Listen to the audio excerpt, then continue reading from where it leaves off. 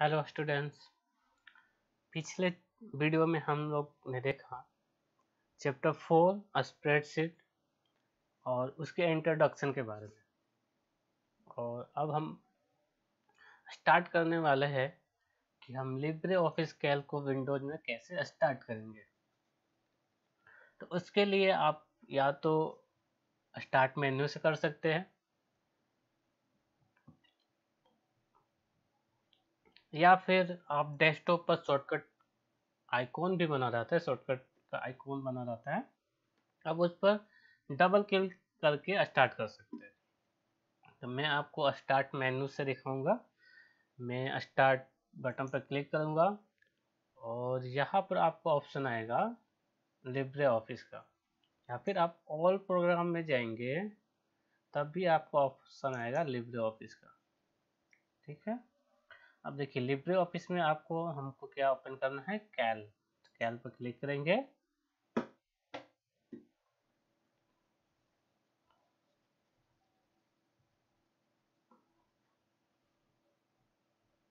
ये ओपन हो गया।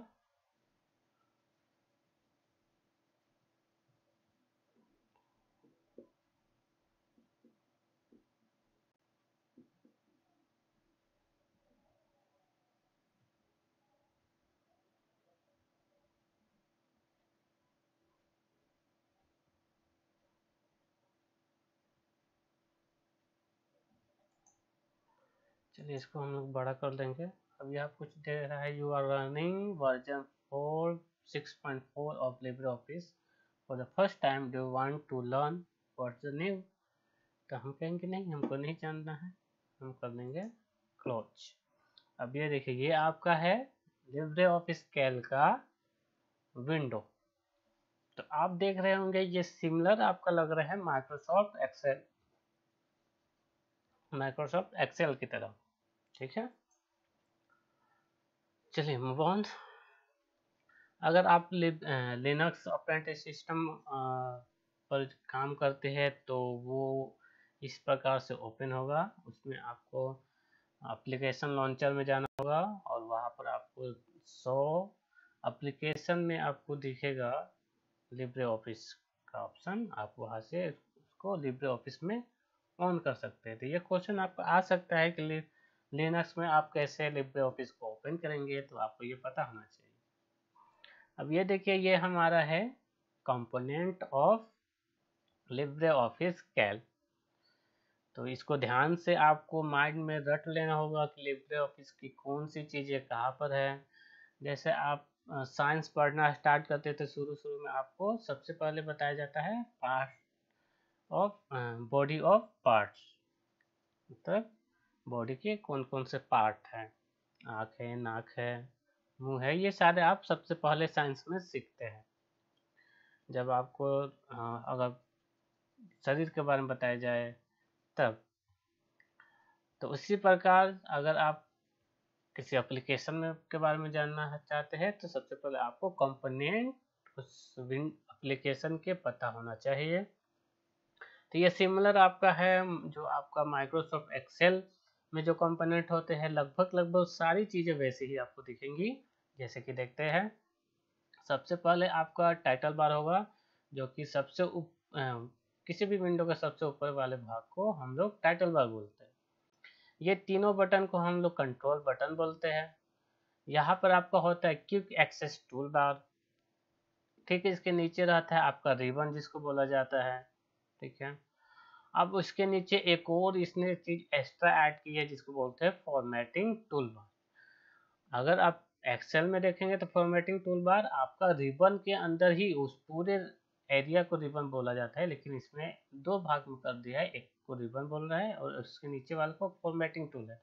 फॉर्मेटिंग टूल में मैं पहले भी बता चुका, फॉर्मेटिंग टूल में वो सारे टूल्स आते हैं जिसके द्वारा आप कोई भी लिखी हुई चीज़ को फॉर्मेट कर सकते हैं, यानी डिजाइन कर सकते हैं, उसके लिखने के तरीकों को चेंज कर सकते हैं।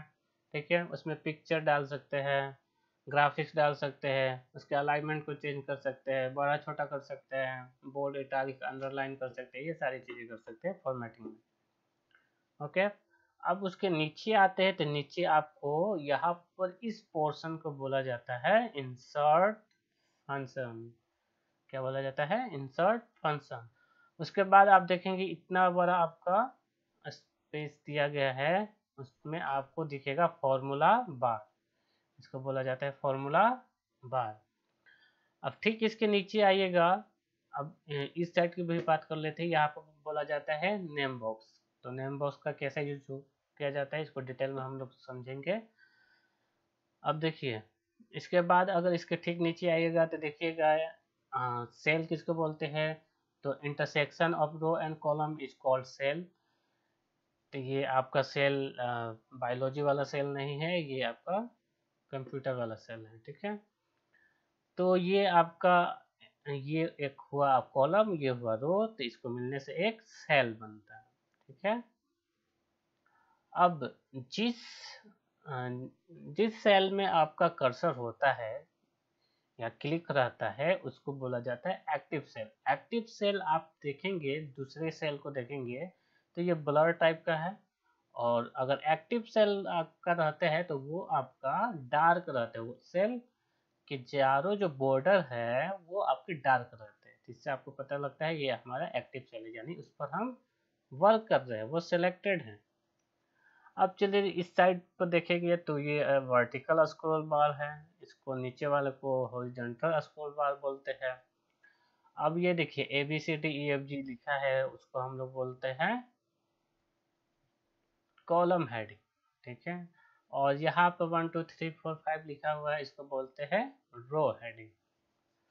अब चलिए सबसे नीचे बात करते हैं, तो यहाँ पर आएगा जूम कंट्रोल, उसके ठीक बगल में आएगा आपका function result, most common function result जिसको बोलते हैं, status bar, seat tab. Seat यहाँ पर देखिए सीट 1 2 3 4, आप एक ही कैल के अंदर बहुत सारे सीट, अलग अलग सीट बना सकते हैं, ठीक है। अलग अलग सीट का मतलब समझिए एक न्यू पेज आप बना सकते हैं, ठीक है। उसके लिए आपको जैसे कि वर्ड में आपको दूसरा डॉक्यूमेंट बना रहता है तो आप क्या करते हैं, नया पेज ओपन करते हैं। इसमें नया पेज ओपन करने की जरूरत नहीं है, आप एक ही कैल के अंदर बहुत सारे सीट को, या एक्सेल में भी बहुत सारे, एक ही सेल के अंदर बहुत सारे सीट बना सकते हैं, ठीक है। ये इस प्रकार से आप ले सकते हैं, जैसे कि एक बुक के अंदर आपके बहुत सारे चैप्टर होते हैं, इसी प्रकार से एक कैल के अंदर आप बहुत सारे सीट को बना सकते हैं। इसके ठीक बाद में आता है वर्क सीट नेविगेशन। अगर आप एक से अधिक सीट बनाते हैं तो उसको आगे पीछे कर कर देखने के लिए वर्क सीट नेविगेशन का यूज किया जाता है। चलिए इसके बारे में हम डिटेल्स में पढ़ते हैं। टाइटल बार मैंने बता दिया, टाइटल बार आपका टॉप ऑफ द लोकेशन होता है। और अगर आप पहली बार टाइटल बार ओपन कोई भी विंडो खोलते हैं तो वो आपका, जब आप नेम नहीं सेव किए रहते हैं तो दिखाते हैं अनटाइटल्ड वन। अब फिर बिना सेव किए हुए दूसरा, अगर आप कैल खोल लेते हैं तो लिखेगा अनटाइटल्ड टू। ठीक इसके बगल में आपका सॉफ्टवेयर का नेम लिखा रहता है, कौन सा सॉफ्टवेयर है। अगर आप माइक्रोसॉफ्ट ऑफिस खोले, राइटर खोले, लिब्रे ऑफिस खोले, कोई भी एप्लीकेशन खोलेंगे तो वहाँ पर आपका सॉफ्टवेयर का नेम और उसके पहले आपका अनटाइटल वन अगर सेव कर देंगे तो वो आपका नेम दिखाएगा और लिखा रहेगा लिब्रे ऑफिस कैल, ठीक है।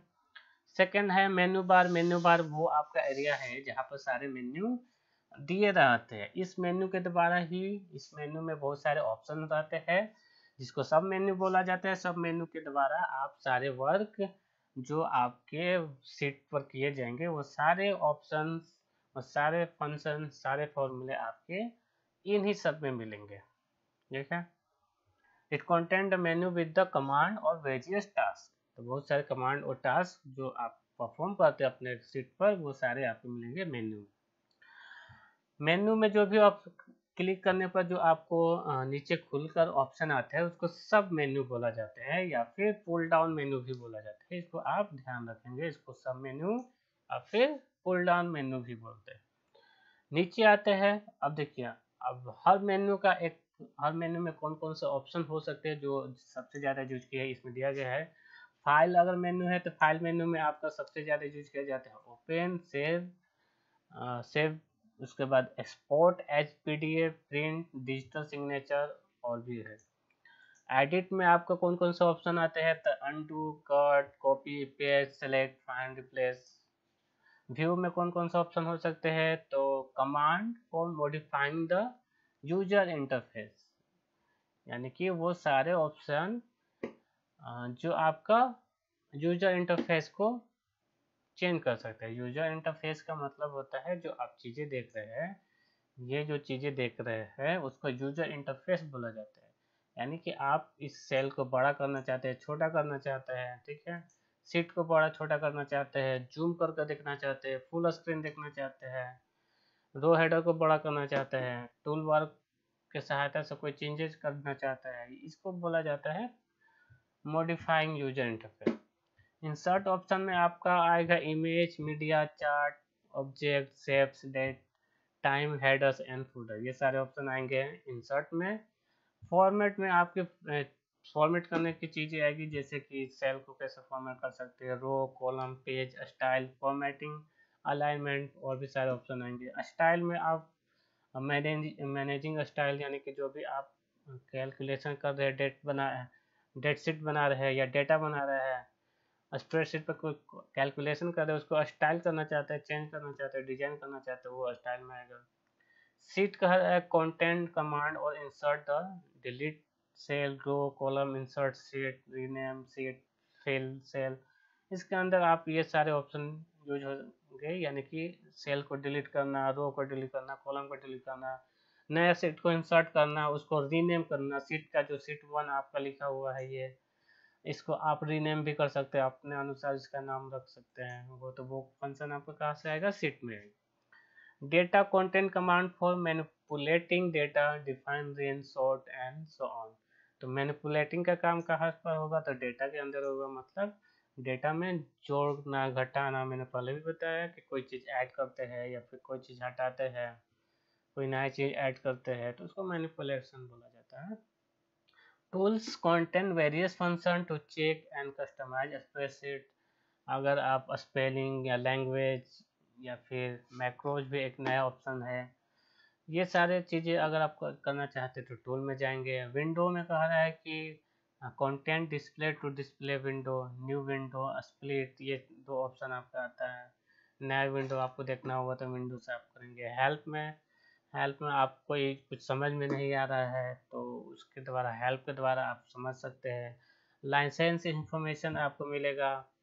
चेक अपडेट भी आप कर सकते हैं हेल्प में, कोई भी अपडेट अगर आपका सॉफ्टवेयर से आएगा, अगर ये 6.4 हम यूज कर रहे हैं, अगर 6.4 से अपडेटेड वर्जन आएगा तो वो आपका हेल्प में देख सकते हैं।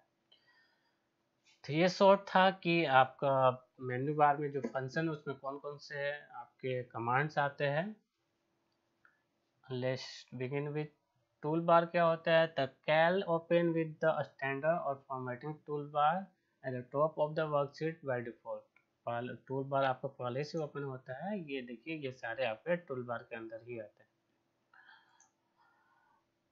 This tool bar provide a wide range of common command and function. ये वो सारे आपके छोटे छोटे जो आपके मेन्यू में मिलते हैं वो आपके यहाँ भी देखे जा सकते हैं, और इस ये जो आप मेन्यू में देखेंगे रिटर्न रहता है, और वो उसका जो आइकॉन रहता है, आइकन बोलते हैं, आइकन जो रहता है वो छोटे छोटे आपके ग्राफिकल आइकॉन बने रहते हैं जो कि सबसे ज़्यादा यूज किए जाते हैं। जैसे प्रिंट का यूज किया जाता है सबसे ज़्यादा, कट का यूज किया जाता है, ठीक है, टॉगल प्रिंट का यूज किया जाता है, शेप का यूज किया जाता है, ये सब वो सारे फंक्शन जो जनरली यूज किए जाते हैं, वो सारे जनरली फंक्शन के छोटे आइकॉन्स आपके दिए गए रहते हैं ताकि आप काम को क्विक कर सकें, बहुत जल्दी कर सकें।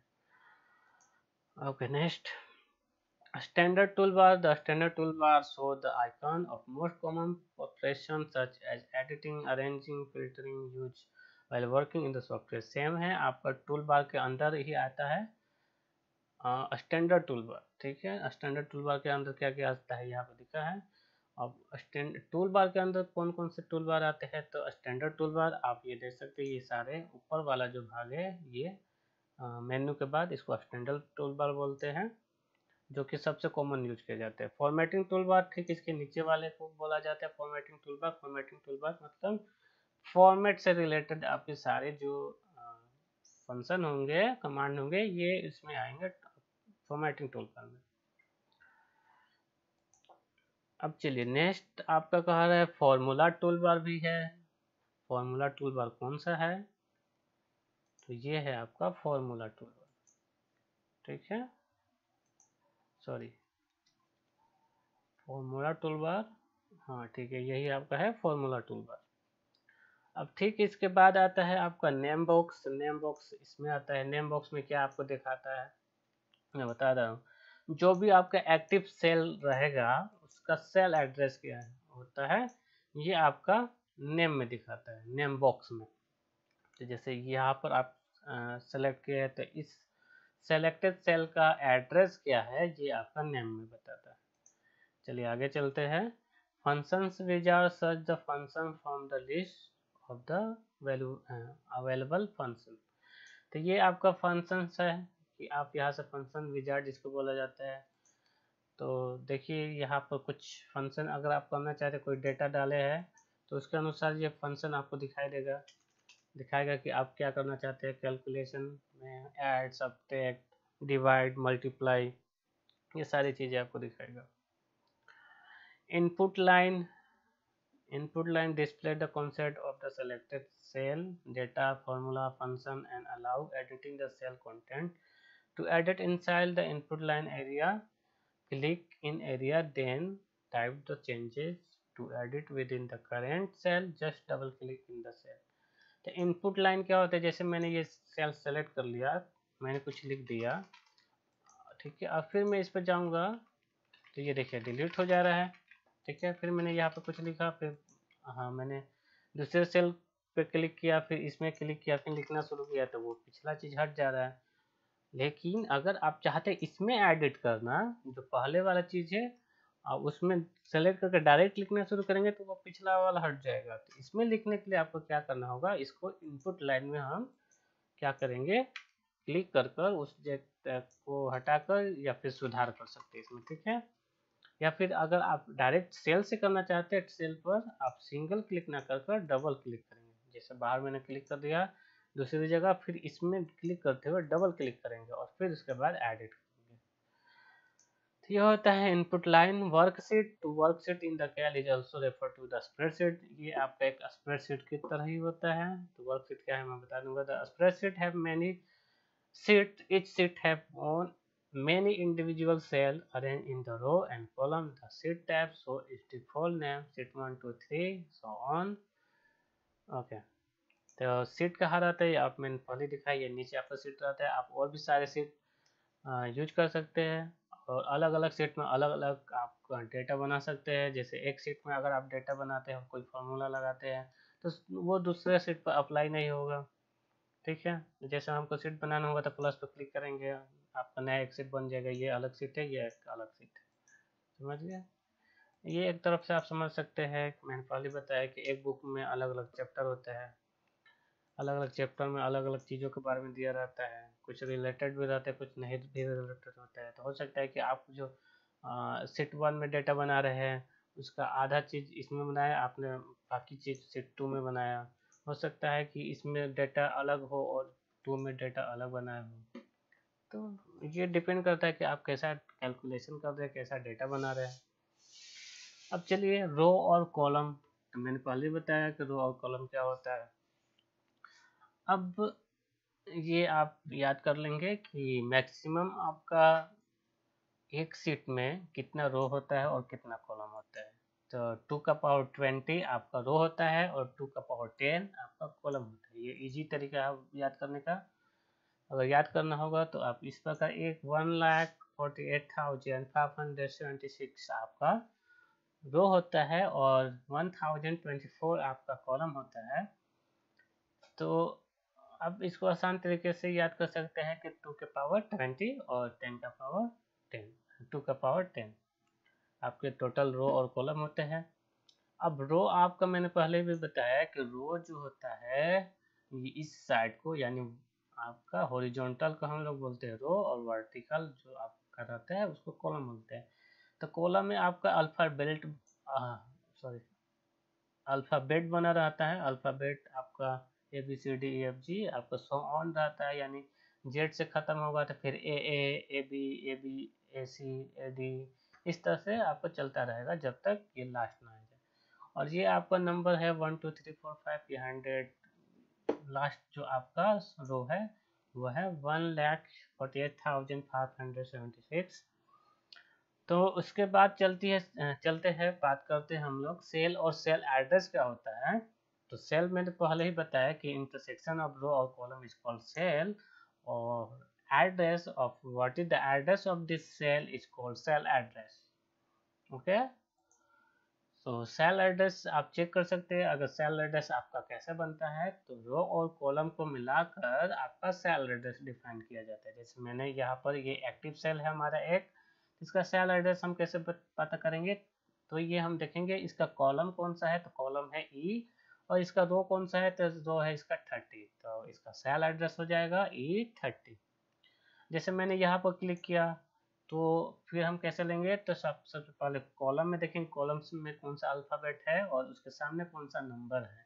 तो पहले लेंगे जी कॉलम का और रो 26, तो G26। इस प्रकार we define the cell address and cell. Okay, next move on. There are some practice you can solve it on your fair copy. Okay.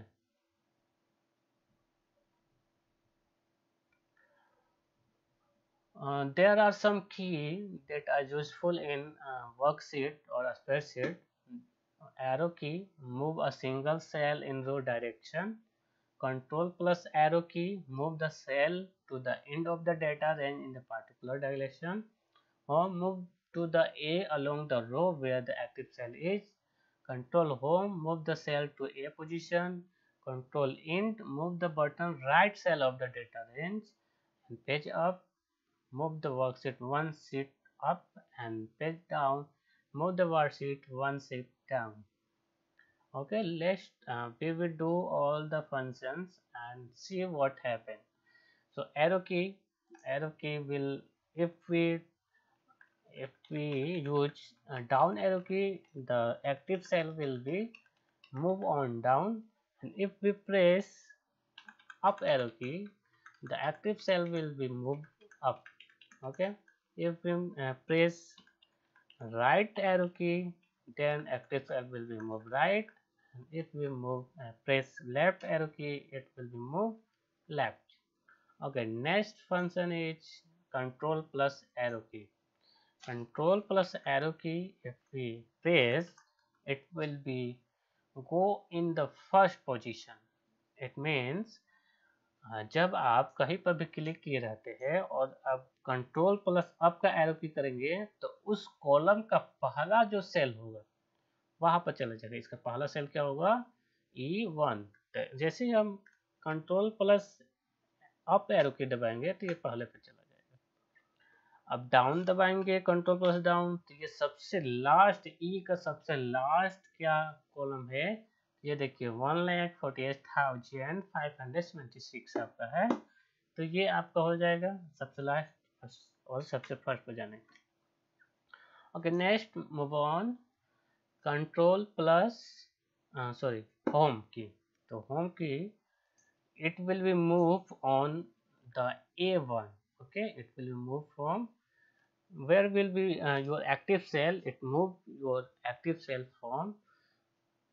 from where in the position, from position to A1. Okay, let's move home. Okay, it's not moving the A1, it's moving the row first. जैसे कि अगर ये मेरा पहला ये रो है, इस रो में कहीं भी अगर मेरा कर्सर एक्टिव रहता है, सेल एक्टिव रहते हैं, तो ये रो के पहले पहले भाग पर चला जाएगा। तो पहला भाग हमारा क्या होगा, ये हमारा जे है, तो इसका पहला भाग क्या होगा, A16। इसके सीधा रो, इसका पहला रो क्या होगा, A16, फिर B16, फिर C16, फिर D16, इस प्रकार से। तो if we press home, it will be go on the first position of row first for whatever your active cell is there. Okay, next है control plus home, it will be move the A1 position control plus home. अगर हम हमारा active cell कहीं पर भी रहे, अगर हम कंट्रोल होम दबाएंगे तो ये it will be move from your active cell to A1 position. Okay, next end it will be moved on the last of your row. Okay, control end, control end, control end. Okay, next पे move करते हैं, जैसे मेरा यहाँ का है तो control end.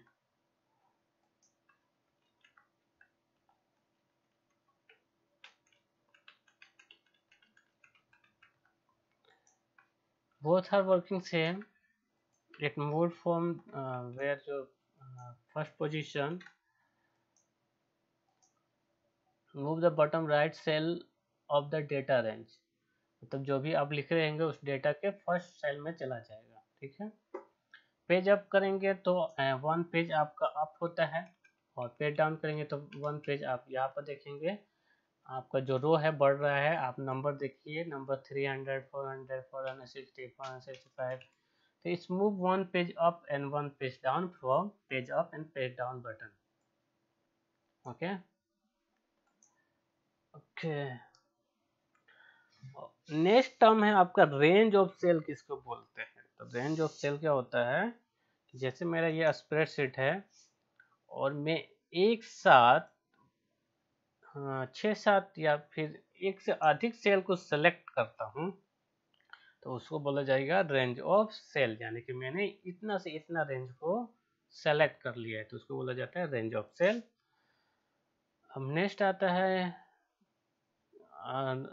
अब इसमें भी रहेगा कि आप क्या किए हैं। रेंज ऑफ सेल तो है, लेकिन कॉलम रेंज ऑफ सेल भी होता है। जैसे इस प्रकार सीधे करेंगे, अगर वर्टिकल करेंगे तो कॉलम रेंज ऑफ सेल है, अगर हम इस प्रकार करेंगे तो रो रेंज ऑफ सेल है। ठीक है, अब मल्टीपल आप रेंज ऑफ सेल भी सेलेक्ट कर सकते हैं। इंटरिंग डेटा, इंटरिंग डेटा आपके बहुत प्रकार के हो सकते हैं एक्सेल में। तो देखिए, पहला आपका क्या है, लेबल। तो लेबल क्या होता है, label is any type inter by the using a keyboard. Label, अगर हम लेबल क्या होता है, कोई भी हम कीबोर्ड से कोई लेटर लिख रहे हैं या फिर नंबर लिख रहे हैं तो उसको लेबल बोला जाता है। सॉरी, कोई भी नम हाँ ठीक है, it many combine with letter numbers and special symbol. कोई भी कीबोर्ड का कोई भी जो लेटर आपको कीबोर्ड पर दिख रहा है वो सारे अगर टाइप करते हैं तो उसको लेबल्स बोला जाता है। या तो ये आपका लेटर हो सकता है, नंबर हो सकता है, स्पेशल सिंबल होता है, या फिर कॉम्बिनेशन भी हो सकता है। By default the label are left alignment as show. By default जो है लेबल आपका लेफ्ट अलाइनमेंट में लिखेगा। देखिए, ये इसको लेबल हम लोग बोलते हैं, ये नहीं होगा, ये है। ये आपका जो टेक्स्ट लिख रहे हैं, अब टेक्स्ट में कॉम्बिनेशन भी हो सकता है। जैसे हम लिख रहे E4 फिर नंबर लिख दिए, ठीक है, फिर आपका D4 लिखिए, बीच में नंबर लिखिए, फिर लेटर लिख दिए, तो ये कॉम्बिनेशन हो रहा है। तो लेवल आपका अल्फ़ाबेट से ही स्टार्ट होगा, बीच में या लास्ट में हो सकता है आप नंबर डाल दें या स्पेशल कैरेक्टर डाल दें। ठीक है, अब चले, नेक्स्ट है value. The numeric data consist of only numbers are called value. अगर आप सिर्फ नंबर्स लिख रहे हैं 1 2 3 4 5 6 कोई भी नंबर्स लिखते हैं तो उसको बोला जाता है न वैल्यू। ठीक है, और वैल्यू आपका जो अलाइनमेंट देखेंगे ये राइट साइड होता है, इस ये आप आसानी से पहचान कर सकते हैं, ये राइट साइड होता है। और जो टेस्ट वैल्यू होता है, सॉरी लेवल वैल्यू जो होता है, टेस्ट वैल्यू भी बोल सकते, लेवल भी बोल सकते हैं, लेवल बोलिए या टेस्ट बोलिए, जो ये होता है वो लेफ्ट साइड में, और जो नंबरिक वैल्यू होता है वो राइट साइड में होता है अलाइनमेंट इसका। अब चलिए, फॉर्मूला क्या होता है, तो any expression that begin with equal. तो कैलकुलेशन करने के लिए इसमें आप फॉर्मूला का यूज करते हैं। तो कोई भी फॉर्मूला जो इक्वल से स्टार्ट हो उसको हम लोग बोलेंगे फॉर्मूला। ठीक है, जो भी फॉर्मूला, आप ये याद रखेंगे कि फॉर्मूला हमेशा इक्वल से स्टार्ट होता है। Without equal, that will be no formula considered. No, the value does not display the preceding zero if any value telephone number preceded by 0, then the first letter of 0 is not displayed when the data is value. To show the preceding 0, the data type had to be specified as text. तो देखिए इसमें एक और चीज ध्यान देने बात है कि जब भी आप कोई नंबर लिखेंगे, जैसे मैं लिखता हूँ 0 1 2 3 4 5, जैसे ही मैं अपना मूव करूंगा, मतलब कर्सर मूव करूंगा, सेल दूसरा सेल में आऊंगा, तो जो आप जीरो देखेंगे ये जीरो गायब हो जाएगा। जैसे मैं फिर से आपको दिखाऊंगा 0 1 2 0 2 5 6 जो भी हो, अब जैसे ही मैं दूसरा सेल सेलेक्ट करूंगा तो ये जीरो आपका गायब हो जाएगा। ठीक है, तो वैल्यू में ये होता है, क्योंकि वैल्यू में जो भी आप लिखते हैं तो आगे की जीरो की कोई वैल्यू नहीं होती है, आपको सबको पता होगा। आगे में जो जीरो होता है उसकी वैल्यू नहीं होता है, इसलिए क्या करता है ये ऑटोमेटिक आपके जीरो को हटा देता है। लेकिन लेकिन अगर आप नंबर टाइप करते हैं तो बहुत बार आपको नंबर के आगे जीरो दर्शाना होता है। जीरो आपको क्या दर्शाता है कि आपका शुरुआत में जो जीरो दर्शाते हैं ये दर्शाता है एसटीडी कोड। तो अब मान लीजिए आप कोई डेटा बना रहे हैं, उसमें आपको एसटीडी कोड के साथ नंबर लिखना है, तो मुश्किल हो सकती है कि आप जैसे ही नंबर लिखेंगे तो वो जीरो हट जाएगा। जैसे मैं लिखता हूँ 0, अब ये नंबर किसका है ये मुझे नहीं पता, आप ट्राई कर सकते हैं 2 2 4 2 8 और ठीक है ये नंबर। अब देखिए यहाँ का जीरो हट गया। अब मैं इसको क्या करूँगा, इसको मैं टेस्ट लेवल में लाऊंगा तब ये जीरो बन पाएगा। तो लेवल में कैसे लाते हैं ये हम लोग आगे सीखेंगे।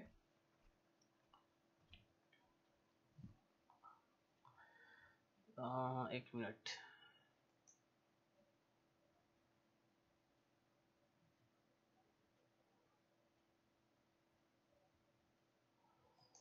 Next move on.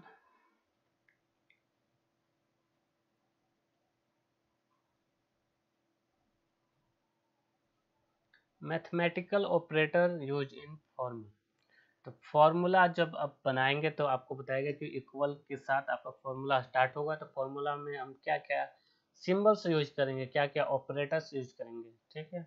तो इसमें हम लोग मल्टीपल प्लस करने के लिए यानी ऐड करने के लिए हम प्लस का सिंबल यूज करेंगे, सब्ट्रैक्ट करने के लिए माइनस का सिंबल यूज करेंगे, मल्टीप्लिकेशन के लिए आप ये स्टार के यूज करेंगे। इसमें क्रॉस आप यूज नहीं करते जो जनरली आप कॉपी पर यूज करते हैं, यहाँ पर स्टार यूज होगा, आपको ये बात ध्यान देनी है। डिवीजन के लिए स्लैश का यूज करेंगे, इसमें आप जो डिवाइड का यूज करते हैं सिंबल वो वाला नहीं होगा, यहाँ पर स्लैश का यूज किया जाएगा, ठीक है, डिवाइड के लिए। एडिशन सब्ट्रैक्शन मल्टीप्लिकेशन डिवीजन के लिए एक्सपोनेंट यानी पावर के लिए आपका ये यूज किया जाएगा। फर्स्ट आप इसको फर्स्ट बोला जाता है, सेकेंड, थर्ड और फोर्थ, इस तरह आपका मान लीजिए कि आपने मैथमेटिकल फॉर्म अगर आप मैथ पढ़ते हैं तो उसमें जब आपको बोडामास नियम भी पढ़े होंगे, तो बोडामास नियम में क्या होता है कि सारे ऑपरेटर जो होते हैं आपको एक साथ उसमें दे दिया जाता है और कैलकुलेशन करने के लिए बोला जाता है, तब वहाँ पर आप अप्लाई करते हैं बोडमास नियम। बोडमास नियम में क्या होता है, सबसे पहले आप ब्रैकेट को हटाते हैं, फिर ऑफ को हटाते हैं, फिर उसके बाद आप डिवाइड को, फिर मल्टीप्लाई को, फिर प्लस को, फिर माइनस को। सेम रूल आपका इसमें भी अप्लाई होगा। अगर आपको सारे ऑपरेटर एक साथ यूज किए जाएंगे तब आपका यूज किया ये बोडमास नियम का यहाँ भी यूज किया जाएगा। अब देखिए simple calculation using value and operator. Simple calculation जब करना होगा तो हम कैसे करेंगे, तो ये आपका दिया गया है कि एडिशन करना होगा तो इक्वल, जैसे 24 + 6 तो ये आएगा, 0 - 9 तो ये होगा, 9 6 तो इस प्रकार हम सिंबल्स लिखेंगे, ठीक है, सिंबल्स का ये यूज किया गया। 2 का पावर 5 ये, ठीक है, लेकिन 2 का पावर इतना 5 तो नहीं होगा, 32 तो नहीं होगा। चलिए आगे देखते हैं। फिर फॉर्मूला जब यूज करेंगे तब आपको देखिए यार ये तो सिंपल आप जो आप जनरली कॉपी में या खुद आप करते हैं, ये है, लेकिन कंप्यूटर में जब यूज करना होगा तब कैसे हम करेंगे, ये सेम चीज हम इक्वल के साथ सारा करेंगे। देखिए ये सारा चीज हम इक्वल के साथ कर रहे हैं ना।